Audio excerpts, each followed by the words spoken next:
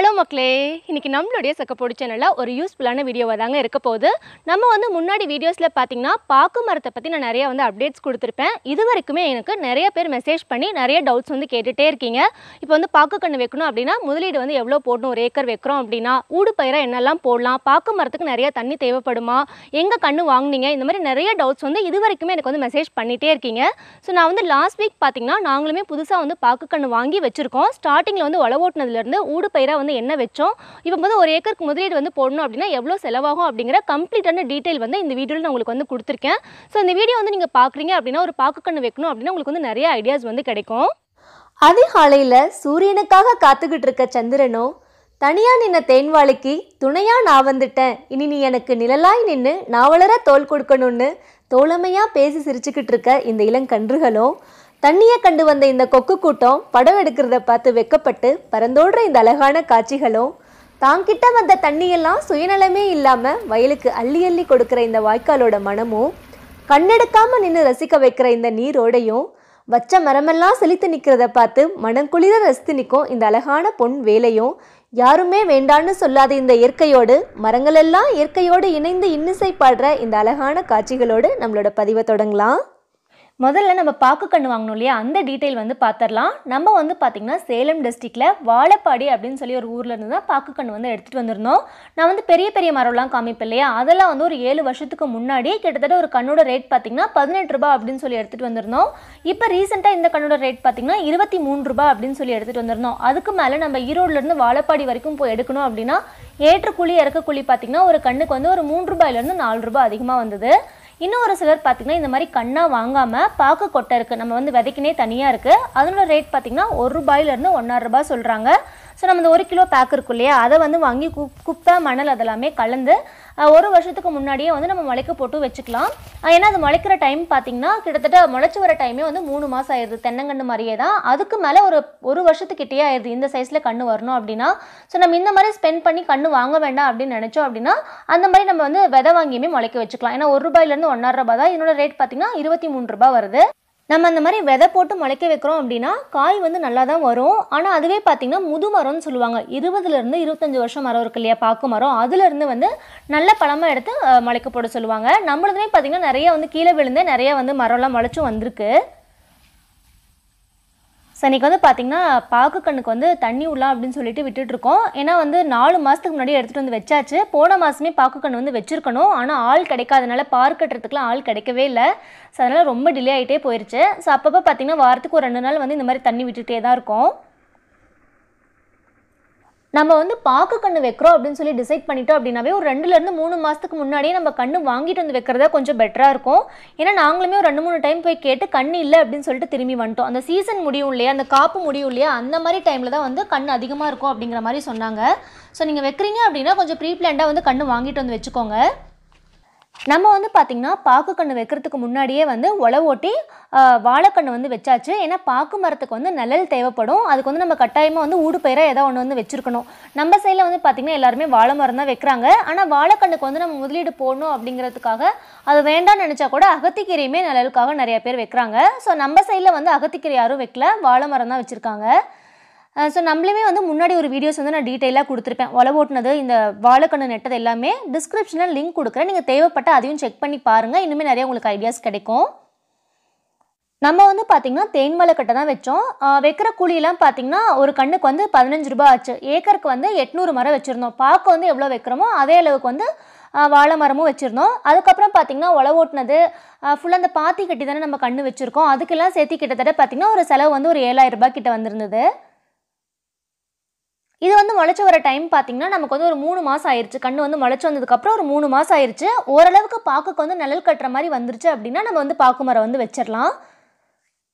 வாழைக்கட்டை பார்த்திங்கன்னா ஒரு 3 மாதம் ஆயிடுது. அந்த டைமில் நம்ம ஊடு பயிராக உள்ள ஏதாவது போட்டுக்கலாம். நம்மளது பார்த்திங்கன்னா மணத்தக்காளி கீரை நான் காமிச்சிருந்தேன். அதுக்கப்புறம் அங்கங்கே பார்த்திங்கன்னா தண்டிக்கீரை, இந்த சைட் ஃபுல்லாக பார்த்திங்கன்னா நாங்கள் பாவக்காய் செடி போட்டிருந்தோம். அதுலேயுமே நமக்கு எவ்வளோ காய் பிடிச்சிருந்தது.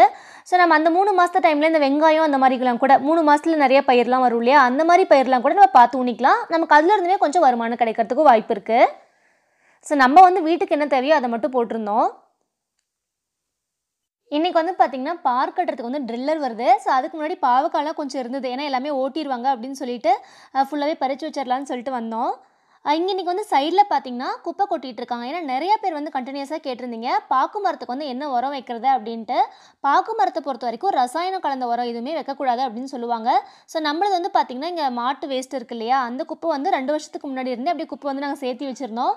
ஸோ அதெல்லாம் வந்து கொட்டி விடலாம். ஏன்னா கோழியோட வேஸ்ட்டு மாட்டோட வேஸ்ட்லாம் போட சொல்லுவாங்க. இன்றைக்கி வந்து அதுவுமே நாங்கள் நம்மளது வந்து கொஞ்சமாக தான் இருந்தது. அதுக்கப்புறம் 2 சேஸ் வந்து வாங்கியிருந்தோம். ஒரு ட்ரிப்பர் வந்து பார்த்திங்கன்னா 3000 ரூபாய் அப்படின்னு சொல்லிட்டு 2 சேஸ் வந்து வாங்கியிருந்தோம். அதுவுமே சிலர்லாம் வந்து பார்த்திங்கன்னா உள்ளே வந்து குழி மாதிரி பறித்து கொட்ட சொன்னாங்க மரத்துக்கு மரம். நாங்கள் வந்து அப்படியே மேலேயே சுற்றி கொட்டி தண்ணி விட்டுட்டோம்.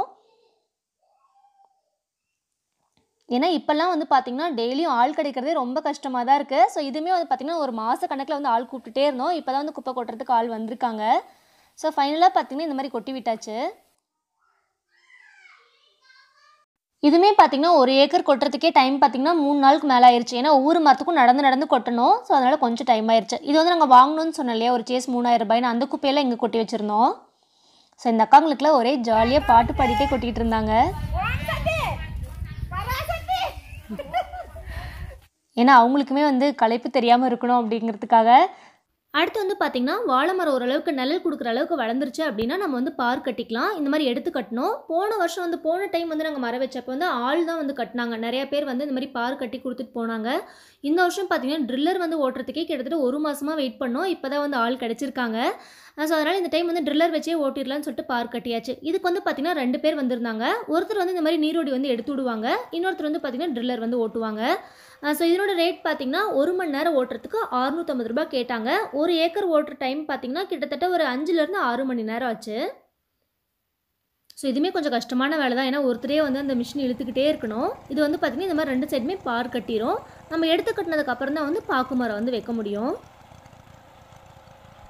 நமக்கு வந்து பார்த்திங்கன்னா இந்த புல்லெல்லாம் இருக்கு இல்லையா, அது வந்து கம்ப்ளீட்டாக அப்படியே க்ளீன் பண்ணி கொடுத்துரும் நம்ம ட்ரில்லரில் வந்து ஓட்டும்போது.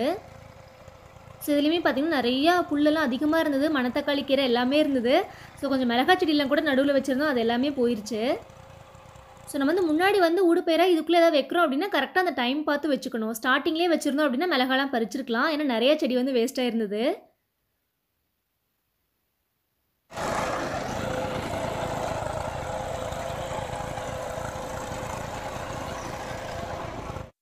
நம்ம வந்து இந்த மாதிரி பார் கட்டி முடிச்சிட்டோம் அப்படின்னாவே அடுத்து நம்ம எப்போ வேணாலும் வந்து பாக்கு கன்று வந்து வச்சுக்கலாம். ஏன்னா ஓரளவுக்கு நம்ம நிழல் கொடுக்குற ஸ்டேஜ்க்கு வந்து பார்த்திங்களா இந்த அளவுக்கு வந்துருச்சு. இதுவுமே நாங்கள் கொஞ்சம் டிலேவாக தான் வச்சோம். ஏன்னா பாக்கு கன்று வைக்கிறதுக்குமே ஆள் பிடிக்கவே முடியல. இவங்களாம் பார்த்திங்கன்னா வெளியூர்லேருந்து வராங்க. ஸோ அதனால் கொஞ்சம் அதிகமான இடம் இருந்தால் தான் வைக்கிறதுக்கே டக்குன்னு வராங்க. இந்த மாதிரி வந்து மெஷர் பண்ணுறதுக்கு வந்து ஒரு கயிறு வச்சுருப்பாங்க. கரெக்டாக 7 அடிக்கு ஒரு பாக்கு வைப்போம். ஒருத்தர் வந்து இந்த மாதிரி மெஷர் பண்ணி எடுத்துகிட்டு வந்துடுறாங்க. பின்னாடியே ஒருத்தர் வந்து அந்த பவுடர் மாதிரி ஒன்று வச்சுருக்காங்க. அதை வந்து அந்த மார்க் பண்ணி வச்சுக்கிறாங்க. ஸோ உங்களுக்கு வந்து பார்க்கும்போது தெரியும் பாருங்கள், ஒருத்தர் வந்து இந்த மாதிரி போட்டுகிட்டே வராங்க. காலையில் கிட்டத்தட்ட ஒரு 6:30க்கெலாம் வந்துட்டாங்க. இவங்க வந்ததுக்கப்புறம் டக்குன்னு ஃபாஸ்ட்டாக வந்து இந்த மாதிரி போட்டு மெஷர் பண்ணி எந்த இடத்துல வந்து கன்று வைக்கணுமோ எடுத்து கொண்டு வந்து வச்சுக்கிட்டாங்க. வாழைக்கன்று வச்சு கிட்டத்தட்ட ஒரு 3லேருந்து 4வது மாதம் வந்து நாங்கள் பாக்கு கன்று வந்து உள்ளே வச்சிட்டோம். ஸோ இவங்களுமே பார்த்திங்கன்னா அப்படியே ஜோடியாக வந்திருந்தாங்கன்னு வச்சுக்கோங்களேன். ஒருத்தர் வந்து குழி தோண்டிட்டு போகிறாங்க அந்த கொந்தலை வச்சு, பின்னாடியே வந்து ஒருத்தர் வந்து பார்த்திங்கன்னா அந்த பாக்கு கன்று வந்து வச்சுட்டு போகிறாங்க. ஸோ கரெக்டாக பார்த்திங்கன்னா 1 ஏக்கர்லாம் வந்து ஒரே நாள் வந்து டக்குன்னு வச்சு கொடுத்துட்டு போயிட்டாங்க. இவங்க வந்து பார்த்திங்கன்னா ஒரு கன்று வைக்கிறதுக்கான ரேட் வந்து 5000 ரூபாய் வாங்குறாங்க. இப்போ 1 ஏக்கருக்கு வந்து 800 கன்று வைக்கிறோம் அப்படின்னா ஒரு கண்ணுக்கு வந்து நம்ம 5000 ரூபாய் போட்டு நம்ம கூலி கொடுத்துருந்தோம்.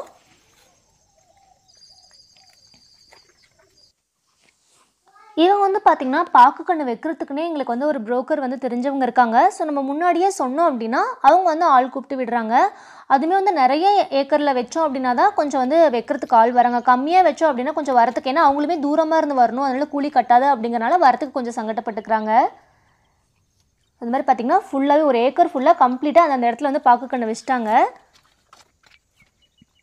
ஏன்னா அவங்க வந்து நிஜமாவே வேலை செஞ்சதே தெரியல. எப்போ வந்தாங்க பாக்கு கன்று வந்து எப்போ வச்சு முடிச்சாங்கன்னே தெரில. அந்தளவுக்கு வந்து எல்லாருமே டக்குன்னு அவ்வளோ பிரிஸ்காக வேலையை செஞ்சு முடிச்சிட்டாங்க. ஸோ நாங்களுமே வந்து இப்போ வைப்போம் அப்போ வைப்போம்னு கிட்டத்தட்ட ஒரு 2-3 மாதமாக வெயிட் பண்ணி இப்போ தான் டைம் வந்திருந்தது. ஸோ ஃபைனலாக இன்றைக்கி வந்து நாங்களுமே பாக்கு கன்று வந்து ஹாப்பியாக வச்சு முடிச்சாச்சு. நான் வந்து பார்த்திங்கன்னா ஓவராலாக இப்போ 1 ஏக்கருக்கு வந்து பாக்கு கன்று வைக்கிறோம், அதாவது வாழை மரம் எல்லாத்துக்குமே சேர்த்து எவ்வளோ முதலீடு போட்டோம் அப்படிங்கிற டீட்டெயிலுமே நான் உங்களுக்கு கொடுத்துருக்கேன். நீங்கள் அதையுமே பார்த்து தெரிஞ்சுக்கோங்க.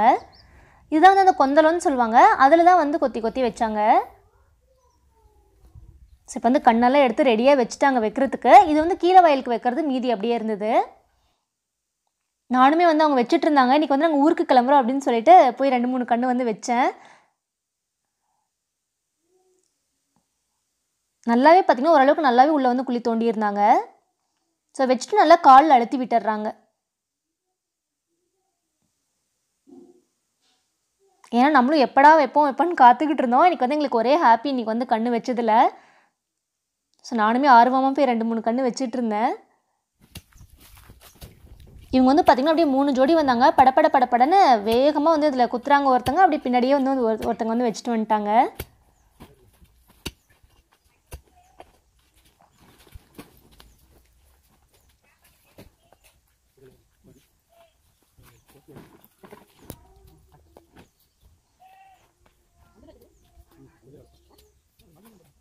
நல்லா வச்சுட்டு பார்த்திங்கன்னா கால் நல்லா அழுத்தி விட்டாங்க.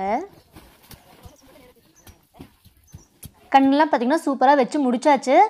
வச்சு முடிச்சதுக்கப்புறம் பார்த்திங்கன்னா நம்ம வந்து இந்த வாழைக்கண்ணு வச்சுருந்தா கோழி வச்சுருக்கிறது ரொம்ப ரொம்ப கஷ்டம். இந்த முன்னாடி பார்த்திங்கன்னா ஒரு 10-20 கன்று வந்து சுத்தமாகவே இருக்காது. கோழி வந்து கம்ப்ளீட்டாக வந்து கொத்தியிருந்தது. நான் முன்னாடி வீடியோஸ்லையுமே சொல்லியிருந்திருப்பேன்.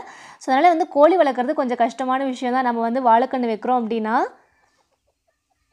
அவ்வளோ நம்ம வந்து கன்று வச்சுட்டு அடுத்த நாளே வந்து நாங்கள் தண்ணி விட்டுட்டோம். அப்போவே வந்து தண்ணி விட்டு கட்டியாச்சு.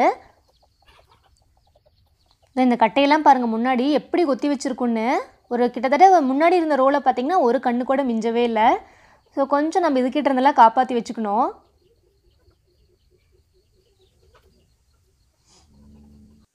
இப்போ வந்து பாக்கு கன்று வச்சதுக்கு வந்து அப்ராக்சிமேட்டாக நான் வந்து ஒரு முதலீடு நாங்கள் வந்து எவ்வளோ ஸ்பெண்ட் பண்ணோம் அப்படிங்கிறத நான் உங்களுக்கு வந்து போட்டிருக்கேன். ஸ்டார்டிங்கில் பார்த்திங்கன்னா நம்ம உழவு ஓட்டணும் இல்லையா, அது வந்து நம்மக்கிட்டே டிராக்டர் இருந்தனால டீசல் கூலி மட்டும் நான் போட்டிருக்கேன். 2000 ரூபாய் வந்தது. அதுக்கப்புறம் பாத்தி கட்டினது ஒரு 7000. அதுக்கப்புறம் பார்த்திங்கன்னா 12,500 ரூபா வந்து பார்த்திங்கன்னா வாழைக்கண்ணு வாங்கணும் இல்லையா, வாழைக்கண்ணு வாங்கி வச்ச செலவுலாம் பார்த்திங்கன்னா ஒரு 12,500 ரூபா வந்தது. அதுக்கப்புறம் பார்த்திங்கன்னா பாக்கு கண்ணு எடுத்த செலவு பார்த்திங்கன்னா ஒரு 22,400. நான் எல்லாமே ஒரு அப்ராக்சிமேட்டாக சொல்கிறேன். அப்புறம் கண்ணு வைக்கிற செலவு பார்த்திங்கன்னா ஒரு 4,400. ட்ரில்லர் ஓட்டணும் இல்லையா, அது பார்க்கறது வந்து ஒரு 3000 ரூபா வந்தது. கிட்டத்தட்ட ஒரு அப்ராக்சிமேட்டாக பார்த்திங்கன்னா ஒரு ஏக்கருக்கு நம்ம பாக்கு கண்ணு வைக்கிறோம் அப்படின்னா ஒரு 50,000 கிட்ட வந்து நம்ம செலவு பண்ணுற மாதிரி இருக்கும், முதலீடு வந்து போடுற மாதிரி இருக்கும். அதுக்கப்புறம் பார்த்திங்கன்னா நம்ம உரம் வைக்கிறது, அதுக்கப்புறம் களை எடுக்கிறது அப்படின்னு சொல்லிட்டு அதனோட செலவெல்லாம் கொஞ்சம் வரும். ஸோ அப்ராக்சிமேட்டாக ஒரு 50,000 ரூபாய் இருந்தது அப்படின்னா நம்ம ஒரு ஏக்கருக்கு வந்து பாக்கு கன்று வந்து வச்சிடலாம். பாக்கு கன்று வச்சு பார்த்திங்கன்னா ஒரு 5 வருஷத்தில் வந்து நமக்கு காய்க்கு வந்து நல்லா வந்துடும். 4வது வருஷம் வந்து காய் வர ஸ்டார்ட் ஆகும். 5 வருஷம் முடிஞ்சது அப்படின்னா நல்லாவே காப்புக்கு வந்துடும். வாழை மரம் வந்து பார்த்திங்கன்னா 1 வருஷத்தில் நமக்கு வந்து தார் வர ஆரம்பிச்சிடும். 2 டைம் வந்து நம்ம வெட்டிக்கலாம். பாக்கு கன்று வந்து வளர்கிறதுக்குள்ளே பார்த்திங்கன்னா 2 டைம் நம்ம வந்து தார் வெட்டிடலாம். ஸோ இன்றைக்கி வந்து பார்த்திங்கன்னா நம்மளுமே சூப்பராக தண்ணியும் கட்டி முடிச்சாச்சு பாக்கு கன்று வச்சு. ஸோ இதுக்கு மேலேயுமே உங்களுக்கு வந்து பாக்கு கண்ணை பற்றி வைக்கிறத பற்றி ஏதாவது அப்டேட்ஸ் வேணும் அப்படின்னாலும் நீங்கள் கமெண்ட் பாக்ஸில் சொல்லுங்கள். எனக்கு தெரிஞ்சதை வந்து ஷேர் பண்ணுறேன். உங்களுக்கு ஏதாவது தெரிஞ்சது அப்படின்னாலும் எனக்கு வந்து ஷேர் பண்ணுங்கள். ஸோ ஃப்ரெண்ட்ஸ், இன்றைக்கி வந்து பார்த்திங்கன்னா பாக்கு கண்ணை வந்து எப்படி வைக்கிறது அப்படிங்கிறது நீங்களும் பார்த்து தெரிஞ்சிருப்பீங்க. உங்களுக்குமே பாக்கு கண்ணை வந்து வைக்கணும் அப்படிங்கிற ஐடியா இருந்தால் கண்டிப்பாக இந்த வீடியோ வந்து உங்களுக்கு யூஸ்ஃபுல்லாக இருந்திருக்கும். எங்களுக்கு தெரிஞ்ச எக்ஸ்பீரியன்ஸ், நாங்கள் வந்து எப்படி பாக்கு கண்ணு வச்சோம், எப்படி வந்து அறுவடை பண்ணுறோம் அப்படிங்கிற எல்லா டீட்டெயில்ஸுமே நம்ம எல்லா வீடியோஸ்லையுமே வந்து கொடுத்துருக்கேன். கண்டிப்பாக இந்த வீடியோ வந்து உங்களுக்கு யூஸ்ஃபுல்லாக இருந்திருக்கும் அப்படின்னு நினைக்கிறேன். அப்படி நினச்சிங்கன்னா மறக்காம சப்போர்ட் சேனலுக்கு சப்ஸ்கிரைப் பண்ணிக்கோங்க. இதை விட நான் சூப்பரான வீடியோட திரும்பவும் உங்களை சந்திக்க வரேன். பாய்.